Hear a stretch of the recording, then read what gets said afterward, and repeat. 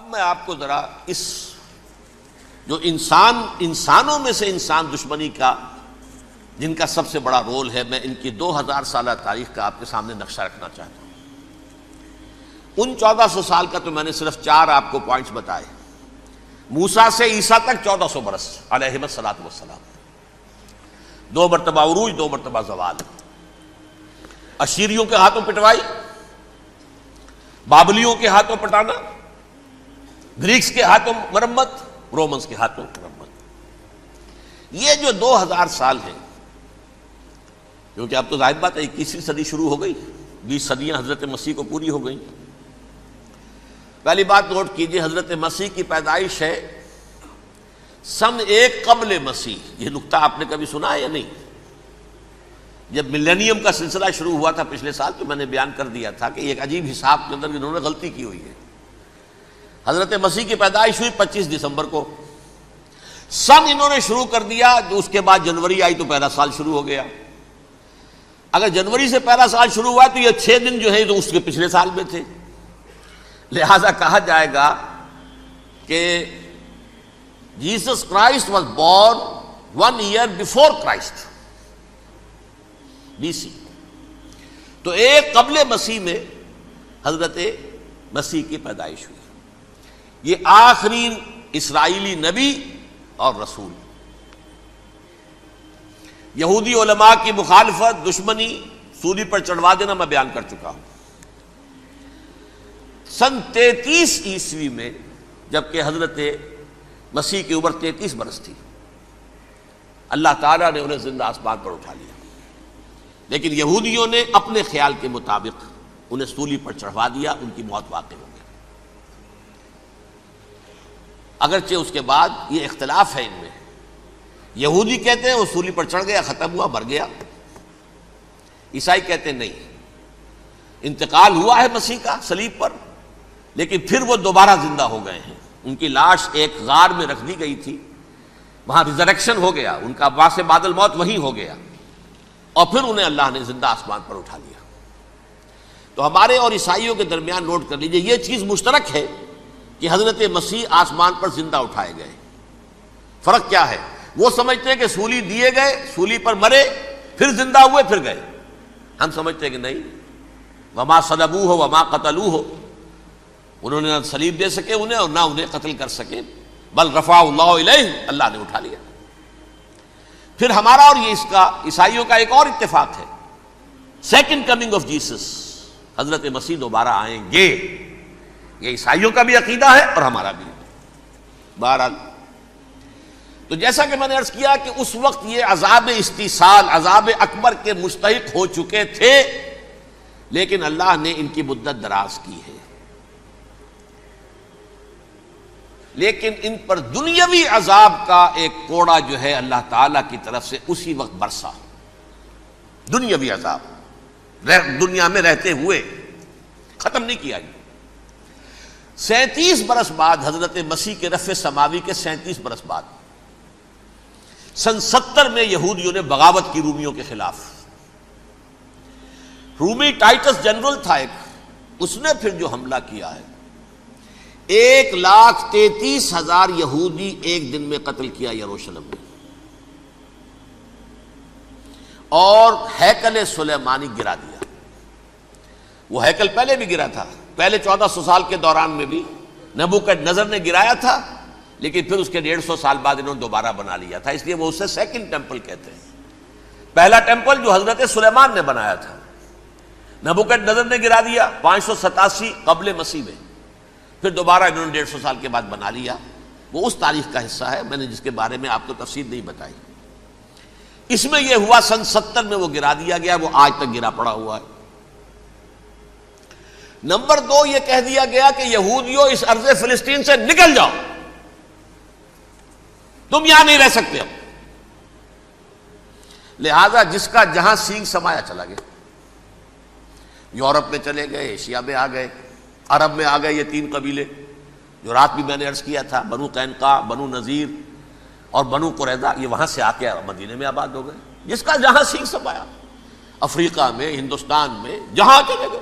Diaspora اسے کہتے ہیں، وہ آپ نوٹ کر لیجیے اس لفظ کو، ڈایاسپورا، ہمارا دور انتشار، جبکہ ہمیں ہماری اصل سرزمین تو فلسطین ہے، حضرت ابراہیم کا مسکن، حضرت اسحاق حضرت یعقوب کا مسکن فلسطین، یہ ہے ہماری اصل جاگیر، یہ تو ہماری جدی پشتی جاگیر ہے، لیکن یہاں سے نکال دیے گئے سن 70 عیسوی میں، اور وہاں سے لے کے 1917 تک ان کا ڈایاسپورا جاری رہا۔ یہ دور انتشار ہے۔ اس دور انتشار کے اب چند حصے ہیں جس کو میں چاہتا ہوں کہ آپ علیحدہ علیحدہ سمجھ لیں۔ دور انتشار کا جو پہلا جو ہے تقریباً 300 برس رومی حکمران تھے، وہ یہودیوں کے بھی دشمن تھے اور عیسائیوں کے بھی دشمن تھے، عیسائی اور یہودی ایک دوسرے کے بھی دشمن تھے، لیکن رومی سمجھتے تھے کہ یہ ایک ہی تھیلی کے چٹے بٹے ہیں۔ رومیوں کے نزدیک عیسائی بھی یہودیوں ہی کا ایک فرقہ تھے، کوئی علیحدہ مذہب تو تھا ہی نہیں، لہذا رومی جو ہیں رومنز وہ ان دونوں کو ستاتے تھے، مارتے تھے، اور یہ آپس میں لڑتے تھے، یہودی عیسائیوں کو مارتے تھے، عیسائی یہودیوں کو مارتے تھے۔ یہ ہے 300 برس تک کی تاریخ۔ سن 300 عیسوی میں کیا ہوا؟ ایک معجزہ ہو گیا۔ بہت عظیم ایمپرر کانسٹینٹائن، قسطنطین اعظم، رومن ایمپررز میں سے بہت بڑا ایمپرر، وہ عیسائی ہو گئے۔ اب تو معاملہ بالکل تلپٹ ہو گیا، پوری سلطنت عیسائی ہو گئی۔ اب عیسائیوں کے عیش ہو گئے اور یہودیوں پہ مار پڑنی شروع ہوئی۔ اب عیسائیوں کا آپ خود سوچئے کہ جنہیں وہ خدا بنا بیٹھے ہیں، خدا کا بیٹا قرار دے رہے ہیں، ان کے قاتل کون؟ یہودی بدماش۔ لہذا ان کی وہ پٹائی شروع ہوئی ہے یورپ میں، پوری رومن امپائر میں، انہیں ذلیل کیا گیا، شہروں میں آمد بند، علیحدہ رہو، گھیٹوز کے اندر رہو۔ یہودی کا نام جو ہے وہ گالی بن گیا، جیسے آج بھی یہودی گالی کہتے ہیں، جیسے خنزیر کا لفظ، آخر وہ بھی اللہ کی مخلوق ہے، لیکن آپ کو معلوم ہے کوئی شخص زبان پر نام نہیں لانا چاہتا خنزیر کا، سور کا، ہے تو مخلوق، وہ بھی ایک حیوان ہے۔ ایسے ہی یہ ہے یہودی، یہودی گالی، جیوٹ گالی۔ لہذا ایک طرف تو ان دونوں کے درمیان دشمنی، جس کو قرآن کہتا ہے وَأَغْرَيْنَا بَيْنَهُمُ الْعَدَاوَةَ وَالْبَغْضَاءَ، ہم نے ان کے مابین دشمنی جو ہے پیدا کر دی ہے۔ اور جب یہ پوری سلطنت عیسائی ہو گئی تو قافیہ تنگ ہو گیا یہودیوں کا۔ اب آئیے 571 عیسوی، یعنی جب کہ ڈایاسپورا کو کتنا عرصہ ہو چکا تھا؟ 500 برس۔ سن 70 سے شروع ہوا نا ڈایاسپورا، جب ٹائٹس نے گرایا ہے ہیکل کو اور نکال باہر کیا انہیں فلسطین سے، بھاگ جاؤ یہاں ایک یہودی بھی نہیں رہے گا، فلسطین سے نکال دیے گئے۔ اس کے پورے 500 برس بعد سن 571 عیسوی میں حضور کی پیدائش ہوئی، ولادت باسعادت محمد الرسول اللہ صلی اللہ علیہ وسلم۔ 610 میں آپ پر وحی کا آغاز ہوا، لیکن حضور کے ساتھ ان کا معاملہ کیا رہا؟ اول تو جب کہ حضور ابھی مکے ہی میں تھے، یہودیوں نے ریشہ دوانیاں شروع کر دی حضور کے خلاف۔ قریش مکہ کو سکھاتے تھے، پڑھاتے تھے، ان سے یہ پوچھو، ان سے یہ پوچھو، یہ اس طرح تنگ کرو، ان سے یہ امتحان لو، یہ آپ کے علم میں ہے۔ سورہ بنی اسرائیل میں، سورہ کہف میں وہ سوالات، جو امتحانی سوالات آئے تھے، ذوالقرنین کون تھا، اصحاب کہف کون تھے، تم رسول بنے پھرتے ہو تو بتاؤ، اور یہ روح کی حقیقت کیا بتاؤ، یہ ساری ریشہ دوانیاں کر رہے تھے بیٹھے ہوئے ابھی وہیں پر، حضور ابھی پہنچے بھی نہیں۔ ہجرت فرما کر حضور تشریف لے آئے تو حضور نے، جسے ماسٹر سٹروک کہا جائے گا، یعنی اسٹیٹس مین شپ کا ماسٹر سٹروک، آپ نے مدینے میں آتے یہودیوں کے ساتھ پیکٹ کر دیا، جوائنٹ ڈیفنس پیکٹ آف مدینہ، کہ اگر مکے والے ہم پر حملہ کریں گے تو ہم مل جل کر ایک قوم کی حیثیت سے مقابلہ کریں گے۔ یہ میثاق مدینہ کہلاتا ہے، جس کے بہت غلط معنی پہنائے جا رہے ہیں آج کل۔ بہرحال میں موضوع میرا چونکہ یہ نہیں، میں ادھر نہیں جاؤں گا، لیکن ہوا کیا، ہر مرتبہ یہ خیانت کے مرتکب ہوئے، ان نے جو عہد کیے تھے ان سے پھرے، اندر ہی اندر سازش، ریشہ دوانی، حضور کی بدترین دشمنی۔ سورہ نساء کی آیت نمبر 12 میں 13 میں فرمایا ہے لا تزال تطلع علی خائنۃ منہم، اے نبی ہمیشہ آپ کے علم میں ان کی طرف سے خیانتیں، بددیانتیاں آتی رہیں گی. اور بار بار وہ مسلسل جنگ کی آگ بھڑکاتے تھے، قریش کو دعوت دیتے، آؤ آؤ آؤ ہم اندر سے بغاوت کر دیں گے، تم آؤ تو صحیح، ختم کریں محمد کو اور اہل ایمان کو صلی اللہ علیہ وسلم ورضی اللہ تعالی عنہم اجمعین. لیکن پھر جب وہ آتے تھے تو یہ دبک جاتے تھے، ان میں ہمت نہیں تھی، میدان کے مرد نہیں رہے تھے. یہ سورہ حشر میں ان کا نقشہ کھینچا گیا ہے. کھلے میدان میں مقابلے کی اس کے اندر صلاحیت ہی نہیں ہے. یہ تو فصیلوں کے پیچھے سے، جیسے عورتیں کہیں دیہات میں لڑائی ہوتی ہے تو مرد جو ہے گلیوں میں لڑتے ہیں، عورتیں اوپر سے پتھر پھینکتی ہیں، بس وہ کام یہ کر سکتے تھے. من ورائے جدر، فصیلوں کے پیچھے سے، جنگ میں میدان میں نہیں آ سکتے. بہرحال قرآن مجید میں ہے یہ سورہ مائدہ کی آیت نمبر 64، کلما اوقدوا نارا للحرب اطفاها اللہ. اکثر و بیشتر مواقع پر تو یہ جب آگ بھڑکاتے تھے جنگ کی، اللہ اسے بجھا دیتا تھا. لیکن بہرحال اس کے باوجود جنگیں ہوئی، غزوہ بدر، غزوہ احد ہوئی کہ نہیں؟ یہ ساری اصل شرارت ہوئی. اور اس کے نتیجے میں حضور نے پھر ایک ایک کر کے 3 قبیلوں کو سزا دی. غزوہ بدر کے فوراً بعد بنو قینقاع نکالے گئے مدینے سے، غزوہ احد کے فوراً بعد بنو نذیر نکالے گئے، اور غزوہ احزاب کے بعد بنو قریظہ نکال دیے گئے. یہ تو میں نے آپ کے سامنے رکھ دیا صرف حضور کے زمانے میں ان کا کیا رویہ رہا. دشمن، رات بھی ہم نے وہ آیت پڑھی تھی، لَتَجِدَنَّ أَشَدَّ النَّاسِ عَدَاوَةً لِلَّذِينَ آمَنُوا الْيَهُودُ وَالَّذِينَ أَشْرَكُوا. اہل ایمان کی دشمنی میں شدید ترین تم پاؤ گے یہودیوں کو اور مشرکین کو. مشرکین بھی بعد میں ہے، پہلے یہودی. حضور کے بعد کیا ہوا اب یہ نوٹ کیجئے، یہ ان کی تاریخ کا دوسرا دور. حضرت عمر رضی اللہ تعالیٰ عنہ کا عہد خلافت ہے. بیت المقدس کا محاصرہ کیا گیا، فصیل بڑی اونچی، شہر اندر سے سیلف سفیشینٹ، حملے کا راستہ کوئی نہیں. محاصرہ طول کھینچ رہا ہے لیکن ان کے پاس رسد بھی موجود ہے، پانی بھی موجود ہے، وہ دروازے بند کر کے بیٹھے ہوئے ہیں. بالآخر اللہ تعالیٰ کی مشیت کا ظہور کیسے ہوا؟ ان کے کچھ علماء آئے فصیل پر، کہا دیکھو مسلمانوں، تم قیامت تک بھی یہاں پڑے رہو گے محاصرہ کر کے، ہمارا یہ شہر فتح نہیں ہوگا. ہاں ایک درویش بادشاہ کے ہاتھوں یہ شہر فتح ہونا ہے، لیکن تمہارے اندر ہمیں وہ نظر نہیں آ رہا. ابو عبیدہ بن الجراح رضی اللہ تعالی عنہ، امین هذه الامہ، ان کا فوراً ذہن گیا وہ درویش بادشاہ مدینے میں بیٹھا ہوا ہے عمر رضی اللہ تعالی. اب ایک اور عمر بھی ہے جو قندھار میں بیٹھا ہے. نقشہ وہی ہے، سادگی کی حد تک نقشہ وہی، بالکل وہی، اپنی آنکھوں سے دیکھا ہے وہی سادگی. عمر اول، عمر ثانی تھے عمر بن عبد العزیز. اب ایک اللہ کے فضل سے اللہ تعالیٰ ایدہ اللہ بنصرتہ، اللہ تعالیٰ ان کی نصرت فرمائے، دشمنوں کو ان کے مقابلے میں نیست و نابود کرے. انہوں نے ریکویسٹ بھیج دی کہ حضور تشریف لائیے، یہ شہر فتح ہو جائے گا. وہ ہے سفر تاریخی، اتنا طویل سفر، تقریباً 700 میل، ایک اونٹ، ایک خادم، ایک منزل پہ امیر المومنین اوپر بیٹھے، خادم آگے چل رہا ہے، اگلی منزل پہ خادم اوپر بیٹھا ہے، امیر المومنین آگے جا رہے ہیں. اور جب پہنچے ہیں تو وہ باری تھی خادم کی. انہوں نے ہاتھ جوڑ دیا، حضور خدا کے لیے تم کیا کہیں گے لوگ، وہ میرا برا حال کر دیں گے، تمہیں شرم نہیں آئی؟ امیر المومنین پیدل آگے چل رہے ہیں نکیل پکڑ کر، اور تم بیٹھے ہو اوپر براجمان ہو. حضرت عمر فرمایا الدور دورک، نہیں باری تمہاری ہے، بیٹھ. اس حال میں پہنچے ہیں. اور پھر یہ کہ ابو عبیدہ بن الجراح آئے ہیں، استقبال کیا ہے تو دیکھا ہے اس حال میں چلے آ رہے ہیں. عمر نکیل پکڑے ہوئے چلے آ رہے ہیں، اور کہتے ہیں کہ کہیں کیچڑ ویچڑ تھا، جوتے خراب ہو گئے تھے، وہ بھی اتار کے ہاتھ میں پکڑے ہوئے، کپڑے تو تھے ہی پھٹے ہوئے.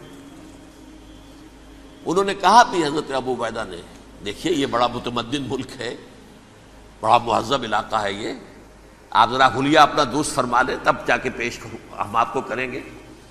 آپ نے فرمایا نحن قوم اعزنا اللہ بالاسلام، ہم وہ قوم ہیں جنہیں اللہ نے عزت دی ہے اسلام کے ذریعے سے. کپڑوں کے ذریعے سے نہیں، دولت کے ذریعے سے نہیں۔ اسی حال میں گئے ہیں، اوپر سے انہوں نے کھڑے ہو کر نشانیاں دیکھی ہیں، اپنی کتابیں کھولی، ہاں یہ وہی ہیں، اچھا لو جی سرنڈر، شہر تمہارے ہاتھ میں۔ خون کا ایک قطرہ نہیں بہا اور بیت المقدس فتح ہو گیا۔ لیکن اس وقت حضرت عمر نے ایک نرمی یہ کی کہ یہودیوں کے لیے بھی اسے اوپن سٹی قرار دے دیا۔ یہ احسان عظیم حضرت عمر کا، اس سے پہلے یہودی آ ہی نہیں سکتا تھا، داخل ہی نہیں ہو سکتا تھا، وہاں وہ آ کر وزٹ نہیں کر سکتا تھا، زیارت نہیں کر سکتا تھا اپنے مقدس مقامات کی۔ حضرت عمر نے یوں سمجھیے کہ تقریباً 550 برس کے بعد ان کے لیے راستہ کھولا ہے کہ ہاں تم آ سکتے ہو، زیارت کر سکتے ہو۔ لیکن یہ عیسائیوں نے لکھوایا معاہدے کے اندر، انہیں یہاں آپ آباد ہونے کی اجازت نہیں دیں گے، لیکن کم وزٹ دی پلیسز، دیکھیں، زیارتیں کریں اور جائیں۔ یہ معاہدہ حضرت عمر کا ہے رضی اللہ تعالیٰ، جو پھر خلافت راشدہ کے بعد بنو امیہ نے بھی اس کو آرڈر کیا، بنو عباس نے کیا، پھر جو ہمارے یہ ترکوں میں اندر خلافت آئی تو ترک خلفاء نے بھی اس معاہدے کی پوری پابندی کی۔ فلسطین میں آ سکتے ہیں یہودی، صرف زائرین کی حیثیت سے، وہاں آباد نہیں ہو سکتے۔ اب آئیے اگلا دور آیا حضرت عثمان کا دور خلافت۔ یہ ہے وہ وقت کہ اب یہود نے امت مسلمہ کی پیٹھ میں چھرا گھونپا۔ وہ کیسے؟ ایک یہودی عبداللہ ابن سبا اسلام کا لبادہ اوڑھ کر آ گیا، معاشرے کا جائزہ لے لیا، ان میں بنو ہاشم اور بنو امیہ میں جو پرانی کشاکش تھی اس کے کچھ نہ کچھ جراثیم باقی ہیں، اگر ان کو ذرا بھڑکا دے تو مسلمانوں میں انتشار پیدا ہو جائے۔ کہا یہ عثمان کون ہے؟ یہ تو بنو امیہ میں سے ہے، یہ حق تو بنو ہاشم کا ہے، خلافت ان کے پاس ہونی چاہیے، محمد کے تو رشتہ دار وہ ہے صلی اللہ علیہ وسلم۔ عوام الناس کے اندر بات پھیلنی شروع ہوئی، پھر ایک بڑی سازش کے انداز میں حضرت عثمان کے خلاف پروپیگنڈا، حضرت عثمان کے جو عاملین تھے، گورنر تھے، ان کے خلاف پروپیگنڈا، اور ایسی ہوشیاری کرتے تھے کہ کوفے میں کوفے کے حاکم کے خلاف کچھ نہیں کہنا، اجی مصر میں یہ ہو رہا ہے، اجی شام میں یہ ہو رہا ہے، اجی یہ جو عثمان ہے وہ یہ کر رہا ہے، یہ ظلم ہو رہا ہے، یہ لوٹ مار ہو رہی ہے، یہ خیانتیں ہو رہی ہیں۔ اب نہ تو اس زمانے میں مینز آف کمیونیکیشن، کیسے تصدیق کریں؟ افواہیں تو آپ آج کراچی کے اندر شروع ہو جائے تو پتہ نہیں چل سکتا کسی کو کہ کیا اس میں صداقت ہے کیا جھوٹ ہے، اور بری بات جو ہے فطرت انسانی کی کمزوری ہے وہ فوراً قبول کرتا ہے، کسی کے بارے میں اچھی بات ماننے کو تیار نہیں ہوتا لیکن بری بات تو فوراً تیار ہے۔ بہرحال یہ فتنہ انہوں نے اٹھایا، حضرت علی کی الوہیت کا فتنہ اٹھایا، حضرت عثمان کے خلاف الفتنۃ الکبریٰ برپا کیا، حضرت عثمان شہید ہوئے۔ اس کے بعد 5 برس تک مسلمان ایک دوسرے کی گردنیں کاٹتے رہے، باہمی خانہ جنگی ہوئی، امت کو وہ زخم لگایا ہے جو آج تک جس سے خون رس رہا ہے۔ یہ شیعان عثمان اور شیعان علی تھے جو بعد میں پھر سنی اور شیعہ ہو اور آج تک ہے۔ فتنہ کس نے جگایا؟ ایک عبداللہ ابن سبا یہودی اور اس کے کارندے، شیطان کا ایجنٹ، اور انسانوں میں سے بھی اس کے جو بھی حواریین تھے اور شیطانوں کے اندر سے بھی تھے، انہوں نے بھی اس آگ کو بھڑکایا۔ یہ آپ سوچ لیجئے کہ یہ کس نے وہ زخم لگایا؟ یہودی۔ اگلا دور آیا، خلافت راشدہ ختم ہوئی، بنو امیہ کا بھی دور کافی گزر گیا۔ طارق ابن زیاد 712 عیسوی میں حملہ کرتے ہیں اسپین پر۔ اسپین اس وقت عیسائیت کا بہت بڑا گڑھ، بڑے کٹر ترین عیسائی جو ہے وہ اسپین میں تھے، لہذا یہودیوں کی وہاں بہت پٹائی ہوتی تھی، بہت پٹائی ہوتی، یہ میں بتا چکا ہوں، دشمنی تھی ان کی تو چلی آ رہی تھی عیسائیوں کے ہاتھوں یہودیوں کی، وہ تو سن 300 عیسوی سے ایمپرر کانسٹنٹائن کے بعد سے شروع ہو گئی تھی۔ اس حوالے سے یہودیوں نے اس وقت چالاکی یہ برتی، کچھ راستے واسطے بتائے، کچھ مدد کی طارق ابن زیاد کی۔ طارق ابن زیاد نے انہیں اپنا محسن سمجھا، ہسپانیہ فتح ہو گیا تو یہودی چونکہ محسنین کی فہرست میں آ چکے تھے، انہیں بہت اقتدار نصیب ہوا، بڑی سپورٹ مسلمانوں نے دی۔ ان کے بڑے بڑے علماء جو ہیں اسی دور کے اندر پیدا ہوئے، بڑے بڑے تھنکرز ان کے اسی دور میں پیدا ہوئے۔ بن گوریون جو کہ ایک وزیر اعظم تھا اسرائیل کا، اس نے یہ لکھا ہے اپنی کتاب میں، Muslim Spain was the golden era of our diaspora. وہ ڈائسپورا جو 70 عیسوی سے شروع ہوا تھا اور 1917 عیسوی تک جاری رہا ہے، اس میں سے گولڈن ایرا ہمارا جو تھا وہ مسلم اسپین تھا. ہسپانیہ میں بیٹھ کر ہم نے عیش کیے. لیکن وہاں سے انہوں نے اور جو کچھ کیا، یہ تو داستان کے تو بہت سے گوشے ہیں، لیکن میں جس اسٹریٹ لائن میں چل رہا ہوں اس کے اعتبار سے ایک بات سمجھ لیجیے. وہاں بیٹھ کر انہوں نے اب عیسائیت کی پیٹھ میں چھرا گھونپا، پروٹیسٹنٹ مذہب پیدا کیا، تقسیم کر دیا. جیسے شیعہ سنی کی تقسیم، عبداللہ ابن سبا، رومن کیتھولک اور پروٹیسٹنٹ کی تقسیم، یہودی علماء. ہوتا کیا تھا؟ ہسپانیہ کی یونیورسٹیاں ہیں، کارڈووا میں ہے، ٹولیڈو میں ہے، گریناڈا میں ہے، غرناطہ، قرطبہ، تولیتلا، اور وہاں آتے تھے لوگ. فرانس سے چلے آ رہے ہیں نوجوان پڑھنے کے لیے، جرمنی سے چلے آ رہے ہیں، اٹلی سے چلے آ رہے ہیں. 3 ہی ملک قریب ترین پڑھتے ہیں سینٹرل جو یورپ کے ہیں. یہاں پر جو ہے وہ اسلام جو نور پھیلا رہا تھا اس سے بھی مستفیض ہوئے. جہالت کے جو ہے پردے ان کے وہ چھٹے. اس کے ساتھ ہی وہ یہودی وہاں ان کے اندر جو جراثیم داخل کر رہے تھے، وہ اس عیسائیت کے خلاف بغاوت، جو اس وقت دنیا میں عیسائیت اس وقت تھی. پوپ کا راج تھا دنیا میں اس وقت. یورپ میں جو عیسائیت تھی اس میں ایک طرف بادشاہ تھے، لیکن بادشاہوں کی حیثیت وہاں پر یوں سمجھ لیجئے کٹ پتلیوں کی تھی. اصل قوت پوپ کے ہاتھ میں تھی. اور پوپ کو انہوں نے، جیسے قرآن نے کہا، اتخذوا احبارهم ورهبانهم اربابا من دون اللہ. چونکہ سینٹ پال نے شریعت موسوی ساقط کر دی تھی تو اب شریعت تھی ہی نہیں. پوپ کو اختیار تھا جس چیز کو چاہے حلال قرار دے دے، جس چیز کو چاہے حرام قرار دے دے. اتخذوا احبارهم ورهبانهم اربابا من دون اللہ. انہوں نے کہا صاحب یہ پوپ کس بلا کا نام ہے، یہ بھی انسان ہے. بات تو ٹھیک تھی نا. اصل حیثیت تو کتاب کی ہونی چاہیے نا، ڈیوائن بک، دی ریویلڈ اسکرپچر. لہذا اور یہ کتاب ہر شخص پڑھ سکتا ہے. کوئی پوپ کے باپ کو جو ہے کوئی اس کے لیے پروپرائٹری رائٹس تو نہیں ہے کہ صرف پوپ پڑھ سکتا ہے یا پادری پڑھ سکتے ہیں. ہم بھی پڑھ سکتے ہیں، ہم بھی سمجھ سکتے ہیں. یہ باتیں تھی کہ جن کو بڑھا چڑھا کر بیان کر کے اور پوپ کا اقتدار ختم کرا دیا اور توجہ مرکوز کر دی بائبل کی طرف. اب بائبل میں بڑا حصہ تو اولڈ ٹیسٹامنٹ کا ہے. نتیجہ کیا ہوا؟ یہود کی عظمت پروٹیسٹنٹس کے نزدیک مسلم ہو گئی. اصل قوم تو یہ ہے. وہ دشمنی بدلی کہ نہیں بدلی؟ موسیٰ کے امتی یہ ہے، تورات موسیٰ کو دی گئی، ابراہیم کی نسل یہ ہے. لہذا وہ جو دشمنی تھی، جو عداوت تھی کہ ہمارے خدا کو سولی چڑھانے والے ہیں یہ بدماش، اس کا ازالہ ہوا اس پروٹیسٹنٹ مذہب کے نتیجے میں. یہ میں اب آپ کو بتاتا ہوں کہ ایک نتیجہ وہ نکلا ہے جسے برٹرنڈ رسل نے بیان کیا ہے. اس کی کتاب ہے ان پریز آف آئیڈلنس، صفحہ 108. وہ لکھتا ہے the Christians retaining the Judaic belief in special revelation added to it the Roman desire for worldwide domination and the Greek taste for metaphysical سٹیلٹیز.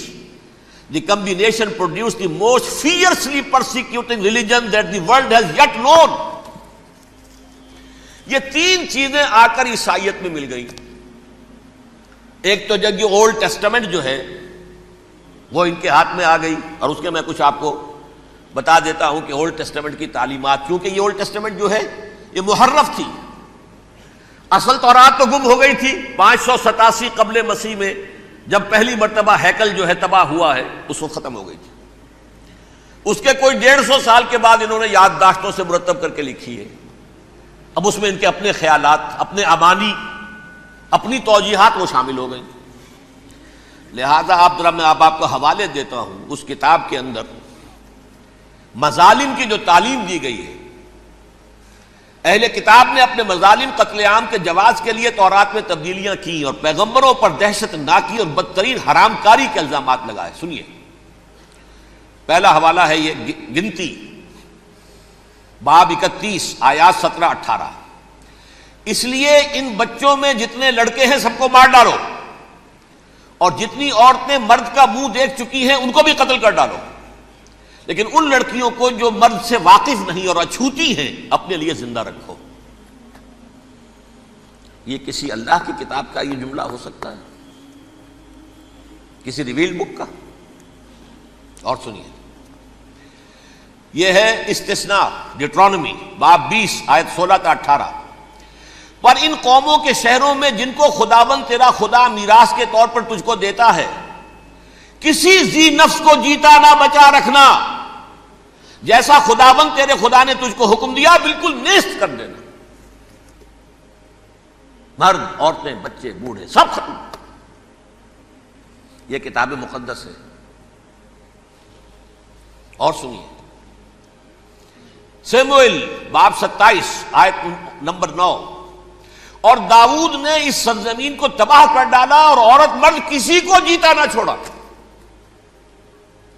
Number 4، ان سب آباد شہروں کو ماں، عورتوں اور بچوں کے بالکل نابود کر ڈالا. کتاب استثناء باب 3 آیت 6. یہ ہے جو کہہ رہا ہے برٹرنڈ رسل، کرسچینٹی میں آ کر اب یہ 3 چیزیں شامل ہو گئی. ایک تو یہ باربیرین یہ تعلیم جو ہے، اور یہ مذہب کے نام پہ تعلیم، یہ کتاب مقدس کی تعلیم. نمبر 2، رومنز کے اندر جو ایک تمنا تھی ورلڈ ڈومینیشن کی، وہ عیسائیت کے اندر آ گئی. اس لیے کہ پوری رومن امپائر جو ہے عیسائی ہو گئی، تو اسے وراثت کے اندر ورلڈ ڈومینیشن کی جو ایک تمنا تھی وہ مل گئی. اور پھر یہ کہ انہوں نے جو توہمات تھے یونانیوں کے، ان کو بھی اپنے ہاں مختلف شکلوں کے اندر جمع کر لیا.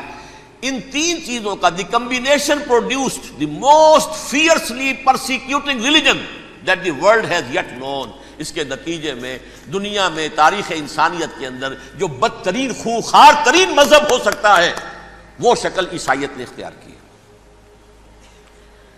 اور اس کا مظہر عتم کیا تھا؟ نوٹ کیجئے، صلیبی جنگیں. ایک بات ٹائم ٹیبل کے اعتبار سے نوٹ کر لیجئے گا. فرسٹ ملینیم ختم ہوا، سیکنڈ شروع ہوا. ان کے 1000 سال ختم ہوئے تو 11ویں صدی میں سیکنڈ ملینیم شروع ہوا، تو پہلی صلیبی جنگیں ہوئی. لاکھوں مسلمان قتل کیے گئے. صرف یروشلم کے اندر اتنا خون بہایا ہے کہ خود ان کے ہسٹورینز لکھتے ہیں کہ جب ان صلیبیوں نے جب گھوڑوں کے ساتھ وہ چل رہے تھے گلیوں میں، تو ان کے گھوڑوں کے گھٹنوں تک خون کی ندی بہ رہی تھی. جہاں سے گزرے ختم کرتے چلے گئے، آبادیاں کی آبادیاں ختم کر. اگرچہ اس کروسیڈ میں گیہوں کے ساتھ گھن بھی پسا، یہودی بھی بہت مارے گئے. یہ فرانس سے، جرمنی سے جب یہ کروسیڈرز آ رہے تھے، 3000 میل کا سفر طے کر کے آئے تھے. سوچئے تو صحیح. اربن ثانی پوپ جو تھا، آگ لگا دی تھی اس نے پورے یورپ کے اندر. شرم سے ڈوب مرو، تمہارے مقدس علاقے مسلمانوں کے ہاتھ میں. انفیڈلز، یہ کافر، یہ مرتد، یہ ملحد. مسیح جہاں پیدا ہوا، مسیح کو جہاں سولی دی گئی، وہ کہاں ہے؟ ان کے ہاتھ میں. وہ آگ لگائی ہے. 3000 میل کا فاصلہ طے کر کے یہ قومیں آئی ہیں وہاں، اور جو تباہی مچائی ہے انہوں نے. تاریخ انسانی میں ایسی بربریت کی کوئی مثال. اور یہ ان کے اپنے ہسٹورینز لکھتے ہیں. شرم کے مارے ایسے محسوس ہوتا ہے جیسے ان کی گردنیں جھکی جا رہی ہیں. لکھتے ہیں